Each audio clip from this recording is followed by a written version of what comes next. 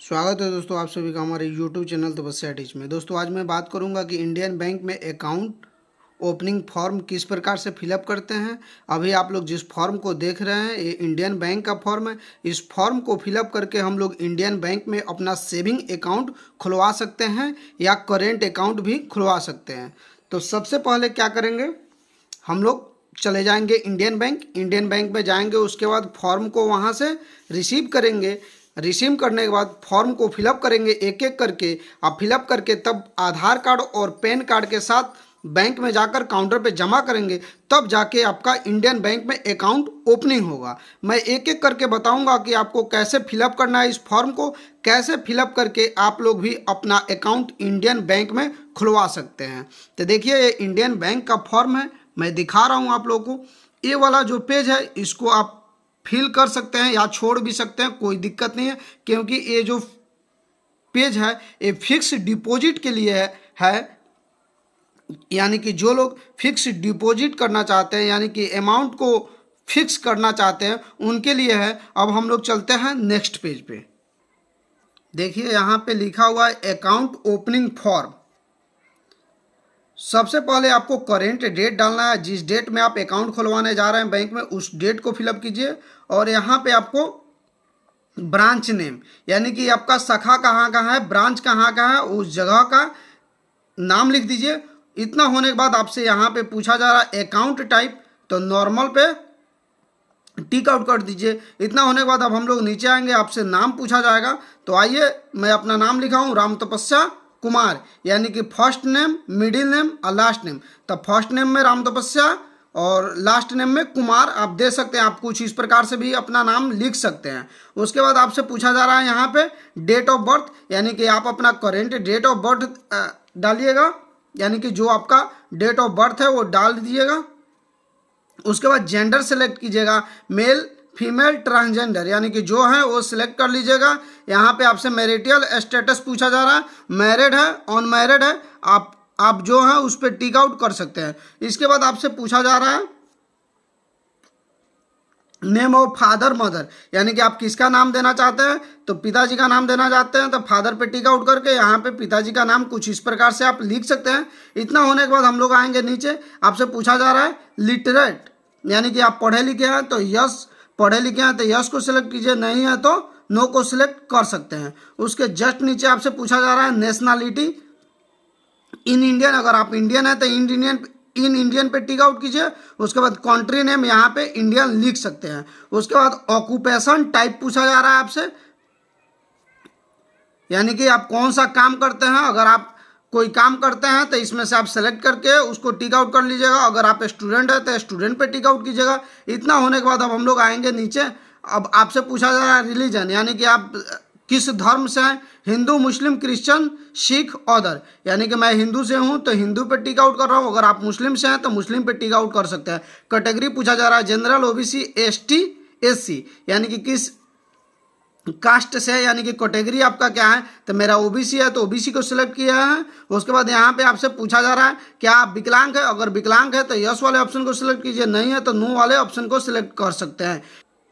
उसके बाद यहाँ पे दे रहा है एजुकेशनल क्वालिफिकेशन, यानी कि आप बिलो एसएससी हैं, एसएससी हैं, एचएससी हैं, ग्रेजुएट हैं, पोस्ट ग्रेजुएट है, जो है टिक आउट उस पर कर सकते हैं। इतना होने के बाद अब हम लोग आएंगे नीचे आएंगे तो यहाँ पे आपसे पूछा जा रहा है कि अगर आप राजनीति में रुचि रखते हैं तो ये वाले बॉक्स को टिक आउट कीजिए, या पॉलिटिकल पर्सन है तो इसमें टिक आउट कीजिए, अगर नहीं है तो नॉन को सिलेक्ट कर सकते हैं। उसके बाद आपसे पूछा जा रहा है पैलेस सिटी ऑफ बर्थ, यानी कि आपका जन्म कहाँ हुआ, तो नज़दीकी आपका जो सिटी है उसको डाल सकते हैं कुछ इस प्रकार से। उसके बाद यहाँ पे सिटीजनशिप दे रहा है तो आप यहाँ पे इंडियन लिख सकते हैं या छोड़ भी सकते हैं, कोई दिक्कत नहीं है। तो आइए मैं आप लोग को लिख के बता रहा हूँ। देखिए इंडियन लिख दिए। उसके बाद आपसे पूछा जा रहा है कि अगर आप अपने कंट्री के अलावा दूसरे कंट्री में भी टैक्स पेयर हैं तो इसमें यस वाले ऑप्शन को सिलेक्ट कीजिए, नहीं है तो नो वाले ऑप्शन को सिलेक्ट कीजिए। तो मैं तो कहीं टैक्स पेयर नहीं करता हूं तो नो वाले ऑप्शन को सिलेक्ट किया हूं। उसके बाद यहाँ पे आपसे पैन कार्ड का नंबर पूछा जा रहा है, कुछ इस प्रकार से आप अपना पैन नंबर दे सकते हैं। इतना होने के बाद आपसे कॉन्टैक्ट डिटेल्स पूछा जा रहा है, मोबाइल नंबर है तो मोबाइल नंबर दे सकते हैं, अगर आपके पास ईमेल आईडी है तो ईमेल आईडी दे सकते हैं, अन्यथा इसको छोड़ भी सकते हैं। अगर आपके पास दूसरा मोबाइल नंबर है तो दे सकते हैं, अन्यथा छोड़ सकते हैं। इतना होने के बाद यहाँ पे आपसे पूछा जा रहा है प्रूफ ऑफ आइडेंटिटी एड्रेस, यानी कि इसमें अपने एड्रेस को देने के लिए कौन सा डॉक्यूमेंट सेलेक्ट कर रहा है। तो आइए मैं आधार कार्ड को सिलेक्ट करता हूँ, उस पर टिक आउट कर देता हूँ। टिक आउट करने के बाद यहाँ पे आपसे डॉक्यूमेंट नंबर यानी कि आधार कार्ड का नंबर पूछा जाएगा।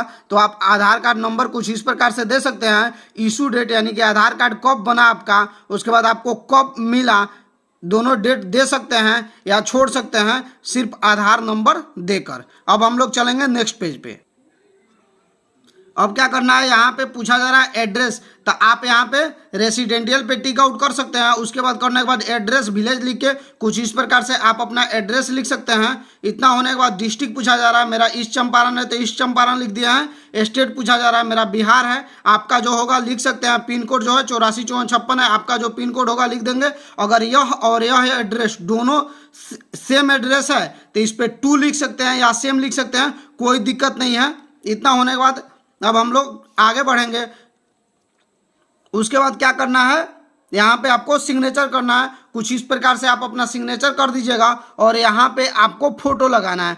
क्या करना है, यहाँ पे आपको फोटो लगाना है। आप अपना करेंट फोटो लगा दीजिएगा ताकि अकाउंट खोलते समय बैंक कर्मी आपके फोटो से आपके फेस को मैच करेंगे और फिर आपका अकाउंट खोलेंगे। इतना होने के बाद अब हम लोग क्या करेंगे, यहाँ पे आएंगे और जो आपका एड्रेस है यानी कि जहां अकाउंट खोल रहा है उस जगह का नाम लिख दीजिएगा।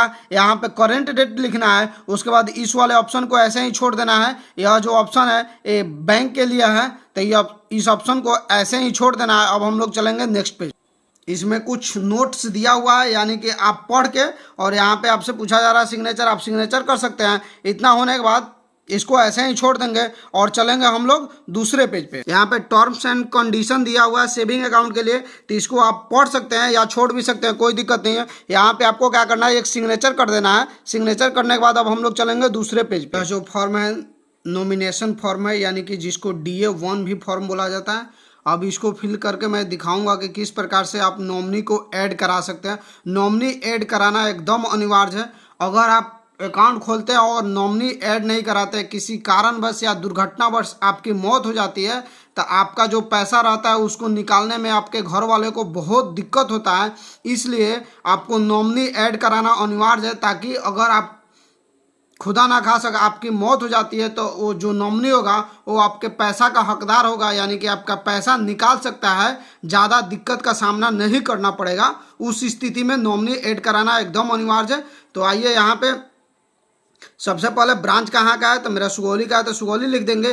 किसके नाम का अकाउंट खुल रहा है यानी कि दरदाम तपस्या कुमार, आप अपना अकाउंट खोल रहे हैं तो आप अपना नाम लिख दीजिएगा और यहाँ पे आप ब्रांच लिख दीजिएगा। कहाँ का ब्रांच है, सुगौली का है तो सुगौली लिख सकते हैं, आपका जहाँ का होगा वहाँ लिख सकते हैं। उसके बाद क्या, नॉमिनी कौन है, उनका नेम और एड्रेस, यानी कि नॉमिनी का नाम सरदा देवी, एड्रेस जो है श्रीपुर चिंतामनपुर है। आपका जो एड्रेस होगा नाम होगा लिख सकते हैं। उसके बाद नॉमिनी से आपका क्या रिलेशन है, यानी कि नॉमिनी मेरी मम्मी है तो मदर लिख देंगे। अगर आप अपने पिताजी का नाम देंगे तो यहाँ पे फादर लिख दीजिएगा।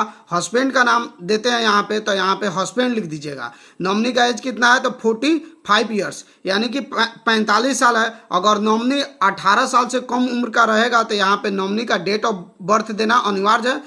इतना होने के बाद अब हम लोग क्या करेंगे, इसको तब फिल करते हैं जब नॉमिनी का एज माइनर होता है, यानी कि नॉमिनी 18 साल से कम उम्र का होता है तब उसको इसको फिल करना होता है। उसके बाद यहाँ पे क्या करेंगे, आपका ब्रांच कहाँ का है वो जगह का नाम लिख दीजिएगा, करेंट डेट दे दीजिएगा जिस डेट में आप अकाउंट खुलवाने जाएंगे। और ये 2 बॉक्स है, ये 2 बॉक्स जो है इसको तब फिल किया जाता है जब नॉमिनी 18 साल से कम उम्र का होता है, यानी कि 2 लोगों की गवाही की आवश्यकता होती है तब इसको फिल किया जाता है। तो मेरा जो नॉमिनी 18 साल से प्लस है तो इस ऑप्शन को हम ऐसे ही छोड़ देंगे।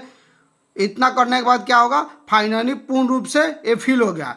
दोस्तों कुछ इस प्रकार से आप भी फिलअप करके अपने इंडियन बैंक में अकाउंट खुलवा सकते हैं और नॉमिनी देना अनिवार्य है। नहीं तो किसी कारणवश अगर आपकी मौत हो जाती है तो आपके घर वालों को बहुत प्रॉब्लम क्रिएट होता है। बहुत ज़्यादा बैंक का चक्कर लगाना पड़ता है, जिससे घर वाले तंग होकर लास्ट में पैसा ऐसे ही बैंक में छोड़ देते हैं। तो आप लापरवाही ना करें, यानी कि नॉमिनी को ऐड करा लें अकाउंट खोलते समय। दोस्तों मैं उम्मीद कर रहा हूँ मेरी दी गई जानकारी आप लोग को अच्छी लगी है। अगर अच्छी लगी है तो मेरे वीडियो को लाइक कीजिएगा, अपने दोस्तों में शेयर कीजिएगा। अगर आप चैनल पर पहली बार आए हैं तो चैनल को सब्सक्राइब करके बेल आइकन को ऑन कर दीजिएगा, ताकि मैं कोई भी वीडियो डालूंगा तो सबसे पहले आप तक पहुंचेगा और आप अपने घर पे बैठे बैंकिंग से जुड़ी सारी जानकारी लेते रहेंगे। वीडियो देखने के लिए आप सभी को थैंक यू। जय हिंद, जय भारत।